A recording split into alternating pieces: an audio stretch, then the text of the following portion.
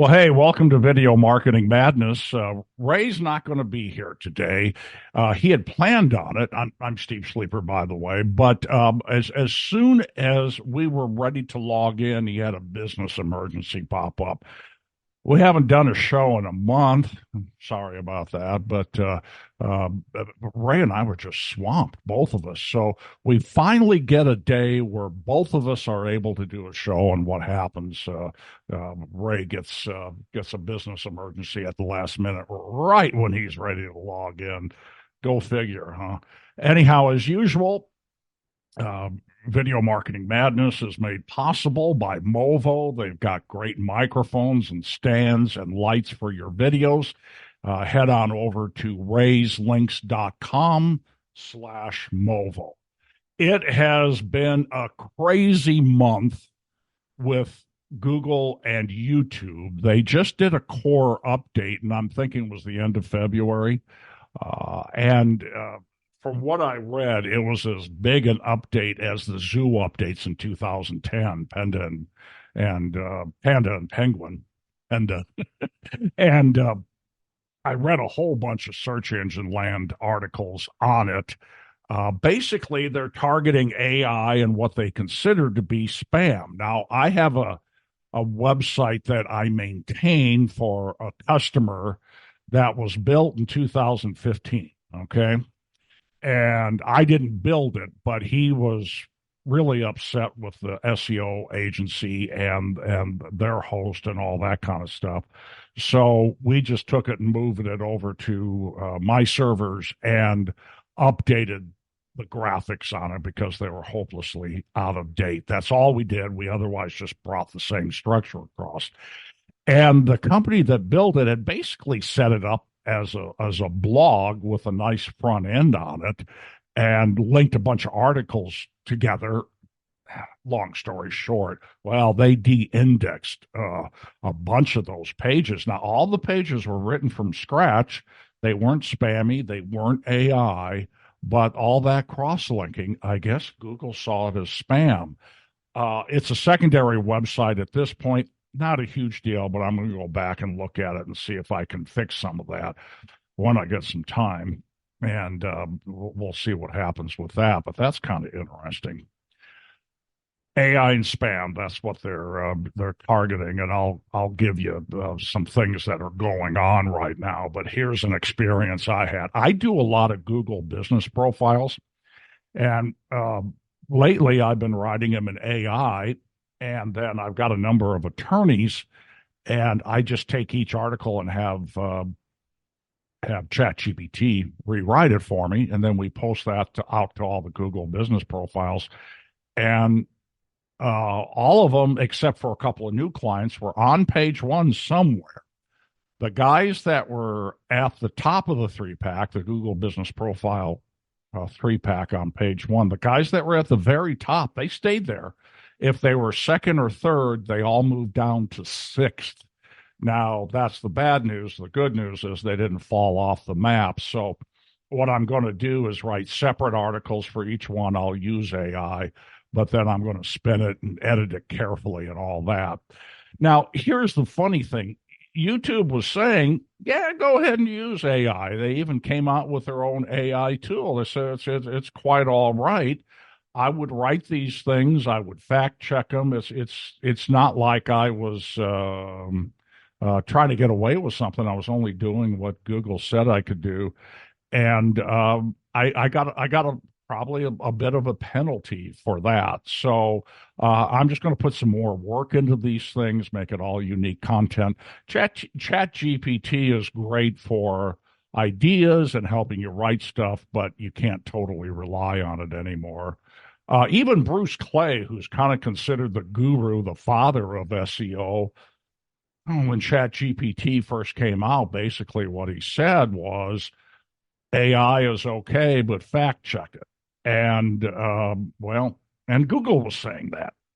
Well, now here they are saying no, and they're clobbering you for doing that, de-indexing websites. I would call that clobbering. And YouTube seems to be doing something. I uploaded a video of a court proceeding and chopped it up and commented on it and all this and that. And I did that probably 3 videos or so, and they were like the one video was getting 62,000 views, and YouTube suspended the channel. I went to, and here's a tip for you. You can get a little help from it's Team YouTube on Twitter. I refuse to call it X. That's my official name for it. Team YouTube on Twitter. And I went there and said, "What happened here?" Because what they'll do is they'll suspend your channel, but they won't tell you why. So I read through all the community standards. I saw 3 things it might have been, and I answered all 3 things. And they came back and said it was copyright. And they got a fancy name for it, but it was basically copyright, and they gave me a form to fill out and send in. These videos, they're using public records. There's 20 other people out there doing it, maybe 30 out there doing it. YouTube obviously considers it fair use, but what I'm thinking happened, somebody reported it, and YouTube suspended it. Would that have happened if it had not been during this month-long period, 6-week period where Google's updating the algorithm? I don't know, but it sure is kind of funny that it happened right now. So just be careful. Don't change anything. Just keep everything alone. Don't introduce anything new. And possibly the mistake I made was uploading a different kind of video to a channel during this 6-week time frame.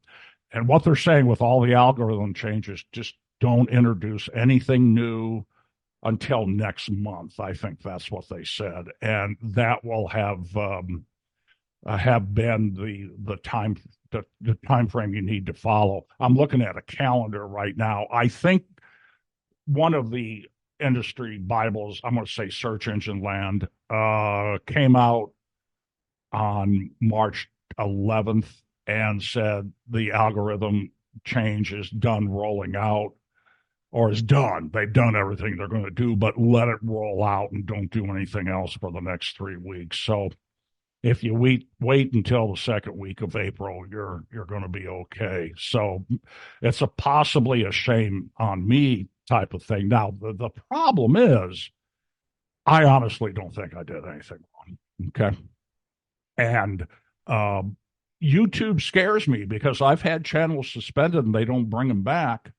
Ray's had 9 in one day. We didn't do anything wrong. I mean, we did not violate community standards. Sometimes they'll bring them back, but many times they won't. And I got funny, but I got a request from YouTube to fill out a survey. And basically, I just told them that I wasn't happy with them, and they scare the heck out of me. They raise my anxiety because they suspend channels that I've put a lot of work into. The channel that got suspended, the client had paid me $6,000 to do all those videos. So now I owe them $6,000 in services. And long story short, we'll get it figured out, but you can probably tell what I'm talking about. So anyhow, I'm not going to get into more of the granularity of the core update because it probably make your eyes roll in the back of your head. But here's an article from Search Engine Land. Google's March 2024 core update, 5 things you need to know. I'm not going to read the whole article. I'm just going to read the headlines. Google is completely de-indexing websites. And like I said, that's what happened to me. They say low quality websites, useless information, poor user experience, pages created just to match specific search queries. Well, that could have been what happened with that one website. I didn't build it. Penalties are swift. And I've seen it. I saw what I saw as soon as they announced they were doing algorithm updates. Again, what they're saying is they're targeting AI, and what they consider to be spam. That first one on the de-indexing is a good example of what they consider spam. Websites that survive previous updates are not immune. So there you go with the 2015 website that I manage and had nothing to do with building, but I just keep an eye on it, have it on my server, and check it uh, rather often. Outdated error-filled sites are vulnerable. Well, that makes sense. And even small AI content sites um, were affected. And again, in one of the articles that Search Engine Land put out, they did focus a lot on AI. So be careful with AI. I'm not saying don't use it. And what's weird is that Google launches a Help Me Write AI assistant for the Chrome browser. So I don't know if they're schizophrenic or what the deal is. But there is a plugin that will help you write, and it's an AI assistant plugin. I haven't tested it out. I may try it, but what I'm doing is I'm writing unique articles for each one of my Google Business Profile posts. This is again, I'm repeating myself, but and then I take that and I run it through a spin software, and then I heavily edit it. Um, and so I spend the time on it. I honestly need the help to do that to get anything done. But when you spin anything, you got to go through it with a fine tooth comb to make sure it makes sense, because they'll use any synonym they can find, and sometimes it totally changes the meaning of the article. So just keep that in mind. Now, here's another one. YouTube introduces mandatory disclosure for AI generated content. I haven't seen it yet, but there will probably be a disclosure in the back office. Oh, it's called video details. When you upload your video, you click on it and you see what's called video details. So you see the title, description, and where you can upload a thumbnail and playlist. Well, it'll probably be in that area, and you have to tell them if it's got any AI at all. The videos that I create for the attorneys, which are in conjunction with GMB or Google Business Profile, I call it GMB, Google My Business, but the videos that I upload, I was cross-linking them to the post and using the same copy as the post. I'm not doing that anymore. I'm still doing the videos. I don't have as many backlinks in it as I had before. I'm including a citation, backlink to the website, backlink to the Google Business Profile, and then whatever community I'm talking about, I'll include driving directions for that community. I used to include driving directions for the entire market. I'm probably not going to do the 5-star reviews anymore, because I was using those over and over and then cross-linking them, the Google Business Profile to the YouTube video and vice versa. What I will do is upload that video. These channels, the older they get, the more views I get from those. You don't get a ton because it's local stuff. It's DUI lawyer in Jackson, Mississippi. But when somebody's looking for a DUI lawyer in Jackson, Mississippi, hopefully they find that. And then to kind of help them find it, let's say my post is about, do I need to get out of the car if a cop tells me to during a DUI? So I'll have copy in that in one Google Business Profile post, and then I'll do another post and say, hey, here's a video about, do I need to get out of the car? And just do that, and not do all the fancy cross-linking and all the backlinks that I was doing. I base that assumption on the old website that got a lot of web pages de-indexed because they did a lot of cross-linking. So I'm going to carry that over to this and see how it works, and I'll keep you updated. But they are going to introduce a disclosure. I haven't seen it yet, just FYI. But what I have seen in the what they call the video details, or the really, I call it kind of the back office where you put all your information in. What I am seeing is I haven't seen this before: altered content. Do any of the following describe your content? And then they give you 3 bullet points. Make a real person appear to say or do something they don't say or do, alters footage of a real event or place, generates a realistic looking scene that didn't actually occur. So with my courtroom videos, I do I do insert me commenting on them. I wonder if that means alters of footage of a real event or place.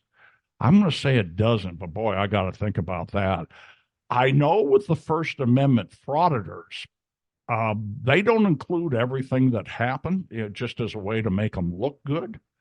And that's probably what that means. So let's say the First Amendment frauditor is harassing the cop and the cop reacts. They leave out the harassing the cop. They just show the cop reacting. Look at this cop. He's a bad guy. Maybe that's there's been a lot of complaints about it's First Amendment auditors, but if you don't like them, you call them First Amendment frauditors. So that's interesting. But altered content is in the back office of your video. Now, finally, from Search Engine Journal, then we'll wrap it up for the day. YouTube algorithm myths debunked, insights from the growth team. So the three, let's see if I can hold up 3 fingers. The 3 things that they talk about in bullet form. YouTube's recommendation algorithm focuses on individual videos, not channel averages. I think I've seen that, yeah, with my train channel, Steve Sleeper Trains. YouTube aims to show videos that align with your interests and preferences. The algorithm doesn't punish channels for taking breaks or having decreased views. That third one has been something that they've been harping on for quite a while. YouTube, they've been putting that out there. Okay. And I'm just reading the article here. Bear with me. The approach allows the algorithm to provide users with a more personalized viewing experience, so that this is focusing on individual videos, and that kind of explains why I see what I see with my train channel. I did a video about a month ago that got 2,500 views, which is pretty good for a rail fan video. That's called train spotting is another term for it, but you just take videos of trains going by, and I show unusual stuff.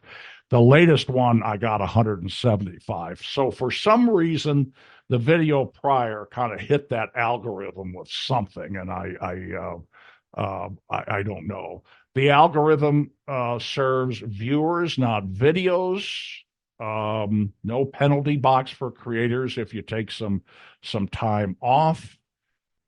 YouTube advises creators not to focus exclusively on analysis for newly updated videos, as recommendations aren't limited to recent content. So, but again, I think the 3 takeaways, I may have just muddied the waters by focusing on a little more than the 3 takeaways.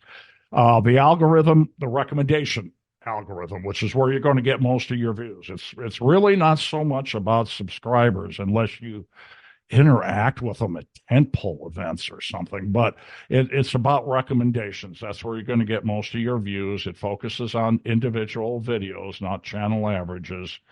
They want to show videos that align. If I'm out there, not a creator, I'm just looking for YouTube videos to watch. They want to align it with my interest and preferences, and they won't punish you for taking a break or for having decreased views. And again, that's something that I have noticed. The big takeaway from today's show is that Google has rolled out an algorithm update. Some of the experts have said this is as big an update as the zoo updates in 2010, penguin and panda being probably the most prominent of those, although they had other animal names from the zoo in there as well.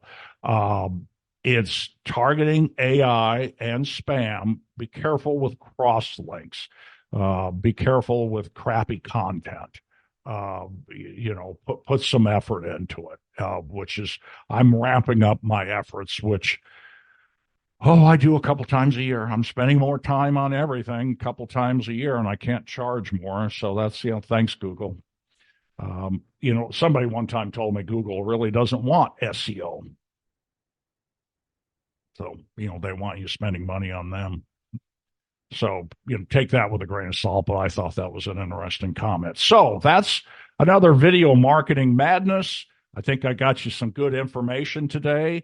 We'll get Ray back here as soon as we can. As I said, he was ready to jump in, and he had a business emergency, a fire he needed to put out, which is kind of par for the course with us. But anyhow, today's episode is made possible by Movo.